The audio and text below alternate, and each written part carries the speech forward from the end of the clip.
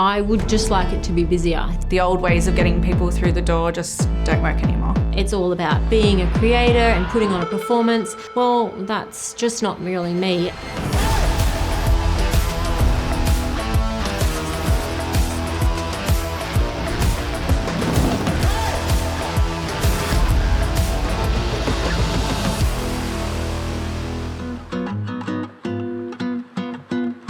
Hi, my name's Tanya. I'm the owner of Noraville Green, and we've been operating since roughly 2017. It wasn't really planned. When we were selling our apartment, we had to style it, and we ended up buying a lot of plants. Thought, oh, this would be a fun thing to do for a living. Imagine if you did this for people. So we tried a market stall. We did markets for 3 months, just 1 day a week, but that's not going to sustain anyone. We need to figure out a better way. So I just put an ad on Gumtree and on Facebook, and say we were having a plant sale at our house, and it was a massive success. And then it just went from there. We worked from the house. That lasted until the middle of 2018, and that's when our neighbours said no. And the council made us stop trading from the house. And then we had to start doing pop-up sales. We did that for 3 months, different location every weekend. That was super tiring and exhausting. Again, the response was amazing. We couldn't believe how many people would turn up at the sales. It really blew us away. Now we found our forever store, which we've been in for 2 years. I suppose the biggest issue is that when we moved in at the end of 2019, we were sort of just trying to find our way. How can we make it busier? How can we take it to the next level? And then COVID hit. Didn't matter how often I posted or ads or whatever. I just felt like it just wasn't going that next third that I wanted it to be at. I would just like it to be busier. Even though I studied photography, I'm not a social media fan. So when I first started the business, I had to really get past that. That was a big obstacle. But I threw myself in and I could get the message out there through the photography. But now it's all changed. It's all about being a creator and putting on a performance. Well, that's just not really me. And I feel as though it takes away from just generally running the business. I'm not very good at forecasting and managing that side of things. I'll always oh yeah, let's spend an extra this on plants because we've come across this awesome lot of plants, and then I won't pay that because I will want to buy more plants for the shop. So I suppose not being able to manage the money as well, very well, and that's meant to be my job. And it feels like sometimes there's a lot of money coming in and there's never any extra money, which is kind of weird as well. I can't figure that out. Entrepreneurs pretty much never have it figured out when they start. That's part of the game. What's important is realising that any mistakes or setbacks along the way are all part of that journey. Take it all in stride and be grateful for the chance to grow. And by the way, learn. Whether employees, suppliers or customers, you're not going to grow without those people around you. Bounce ideas off, delegate tasks to, ask for help. You need to build that team around yourself. So my name is Iren. I have known Tanya for almost 20 years now. I met her studying, so she's my oldest friend. Well, she would be immortal. I don't reckon anyone could actually take Tanya down, to be honest. She is a very strong woman. I think that's how we kind of gravitated towards each other as well. She's very strong, and when she sets her mind on something, she gets it done. My name's April and I've been working at Noraville Green for about 3 years. Well, when she was trading from her home, I was a customer. Yeah, I needed a job, so it was perfect. We are pretty clownish around each other, but we want the same goal of people coming in, buying plants. I'm Helen and I work at Noraville Green. I'm part of the team.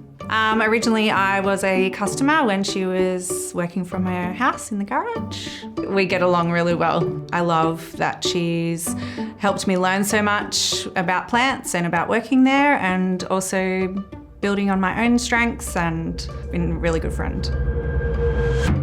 She has her way of doing things, and I think that can be tough in those situations. So when I'm saying strong-willed, yeah, I think she's also a bit stubborn. She takes on too many of the tasks for herself. I think she's probably had trouble like just delegating because she needs to have it done her way. At the beginning, she was very controlling. She would get stressed then, just because she's doing everything on her own and she's just doing everything. But now I feel she's starting to relax a little bit and allowing other people's opinions to come in and be used. So we've really noticed lately that the old ways of getting people through the door just don't work anymore. Basically, we were talking a lot about the advertising side of things, like how do you know how much to advertise and how to spend on advertising, and I feel like that's probably where we could use some more help. We were like, let's get into the YouTube. Like we have these ideas and then we start to do them and then it just fizzles out. We were doing professional advertising and we just didn't feel like it was working. Then it just makes you think, well, how much do you have to spend? I wouldn't want to keep going if I couldn't figure out a way to get it to be busier. Like what they say, you just bought yourself a job. I just bought myself a job, which is fine. It's a fun job, but it's not enough given how old I am. It needs to go to the next level because, you know, I want to retire someday or even take some time off or just be able to relax. The whole reason we're putting this on is because the narrative around Australian businesses, for my money anyway, is all wrong. We either hear about businesses who are struggling to survive, in other words, just about to go bankrupt, or those who have gone big and made billions. It's just so unrealistic. We all know that there are hundreds of thousands of businesses like Tanya, Middle Australia, they're dealing with this benchmark, this expectation of what big businesses set. Why? Well, it's just because no one ever talks about this Middle Australia. I can understand your impatience. You want to grow your business and you want to succeed, but the simple truth is this: business is a hard slog. And you've got to have patience. It takes a long time. You can easily get distracted, so you've got to stay focused on the reason you're in this grind. You've got to be clear about what you do. You've got to know what business you're in as well. If I asked you to describe in 3 words what business you're in, what would you say to me? Retail plant sales, is that what you mean? Nope. Retail? What do you think a customer wants from you? I suppose to feel good about their home. Yeah, okay, so there's an emotion attached to it. So what feelings are you trying to satisfy?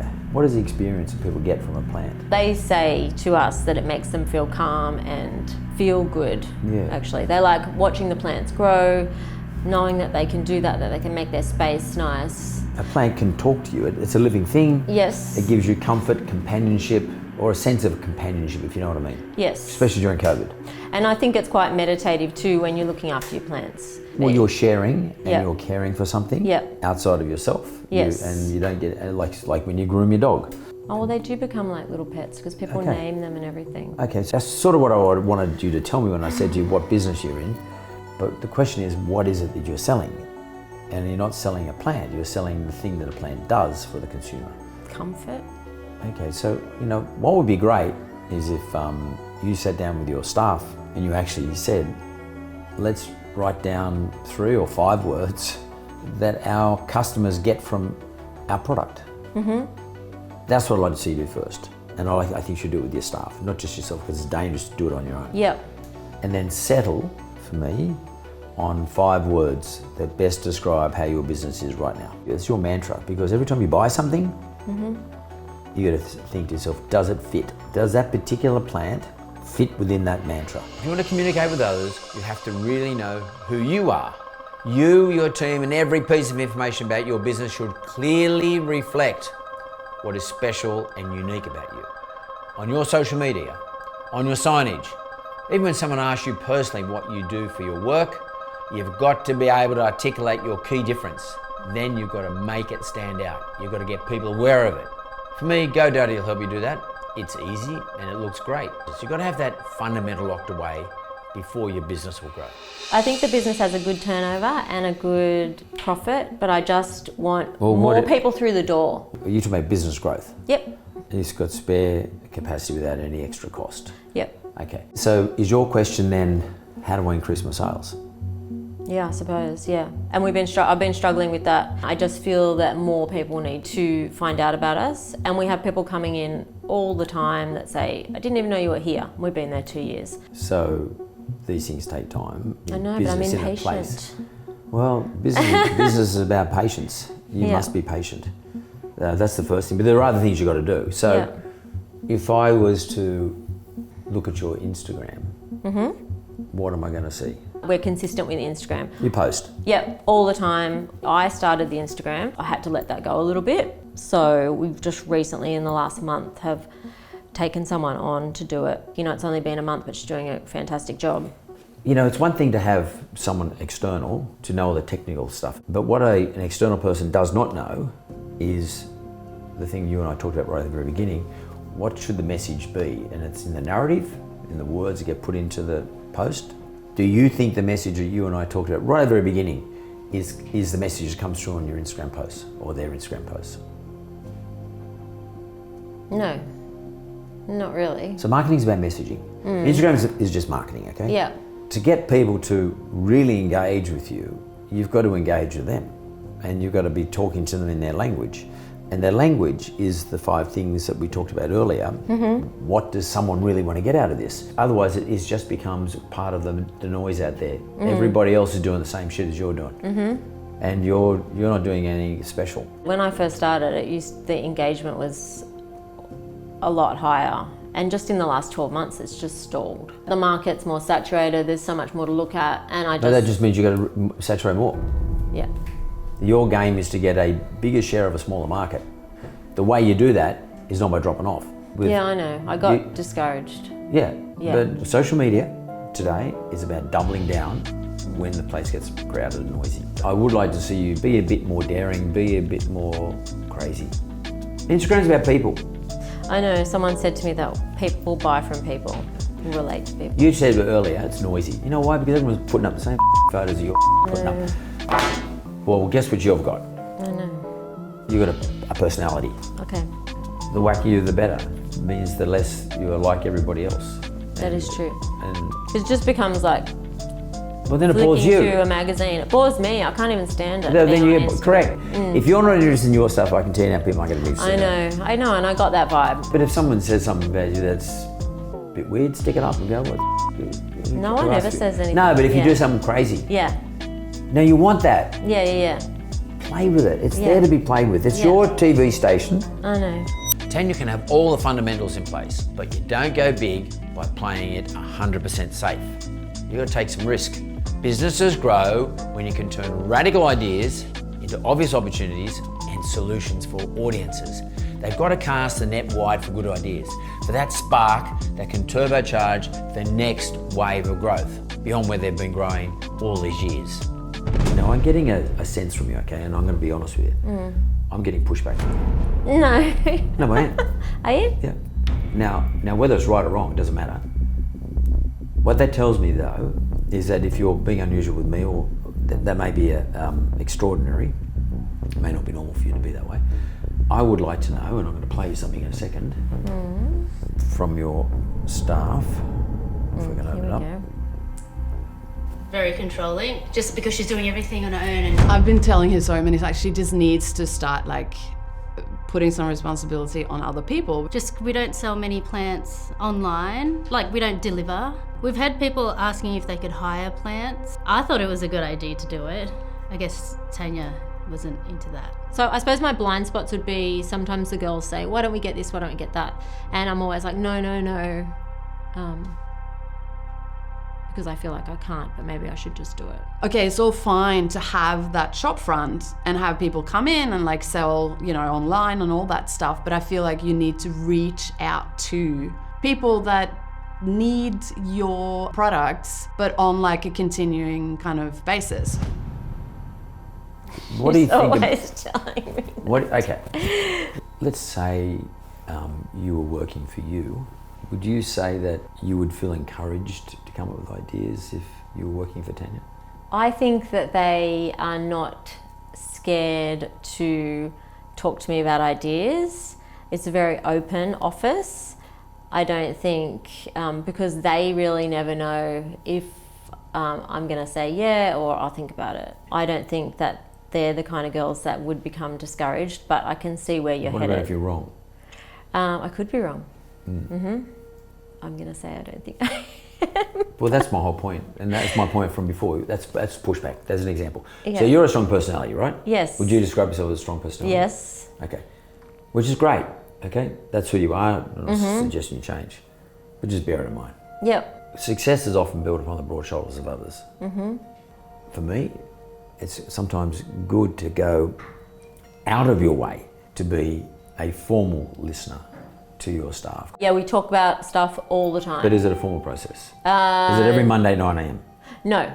When is it? But then we've kept, it's just all the time. We just chat. Random. And we've just started to keep a list of things that we would like to implement that are totally doable. Well, social media today is about trying something today. Doesn't work for the next 3 days. Can it? Yeah, try something new. It's good. It's fast. Yeah. And it's not about putting something on the list. It's about, we'll do that in 3 days. We'll just do it, yeah. We'll just do it now, see what it fucking works. If it doesn't work, just piss it off. Correct? So we have all those ideas. But you haven't implemented it. I haven't implemented That's what I want to see. You need a morning, some time every week, could be Friday afternoon, we sit down with your team and say, okay, what one thing do we need to do next week? We're going to do it. Yeah. And okay, you're going to do this, you're going to do it, and we're going to do it Monday. I don't give a fuck. We're going to do it Monday no matter what. And we're going to be regimented about this, just regimented about doing this as we are about what you do every day. But these ideas might get you to think a certain way. Yeah. And come up with either those ideas or try some of those things or just change the way you go about things. Yeah. Because I think that's all that needs to happen. You need to change the way you go about things. So right now you've got a business that makes money, it is growing, but what you're trying to do is get the top line better, the revenue line. So you just got to keep trying shit, new stuff, interesting things that are relevant. So it's going from the top, it's about finding out what are the things that best describe what our consumers want, up the ante a bit. And all the best of luck to you, by the way. Thank you. I think you got it. I really do. I can see you absorbed it. Initially, I was getting pushback. I'm feeling it, but you've taken it in. I know. I can get it. Yeah. Okay, cool. Thank you. I brought you a plant too, by the way. It's over there. Thank you very much. The boys it's called a silver dollar vine. So I thought it was. I like silver dollar. That's relevant. Yeah. Silver dollar. Whether you run a cafe, a hair salon, or an accounting practice, if you're a florist, a tattoo artist, a party decorations hire business, no matter how lonely and tough business ever gets, you've got to remember that you're not alone. There is a massive community out there. This Australian business community of ours, well, we're bloody tough. Each and every one of us has gone through the absolute ringer recently. And as you've seen with Reese, Xana, Sarah, Anthony, Leah, and Tanya, we're all still here. And we're going to keep going no matter what. And that's what Survive and Thrive is all about.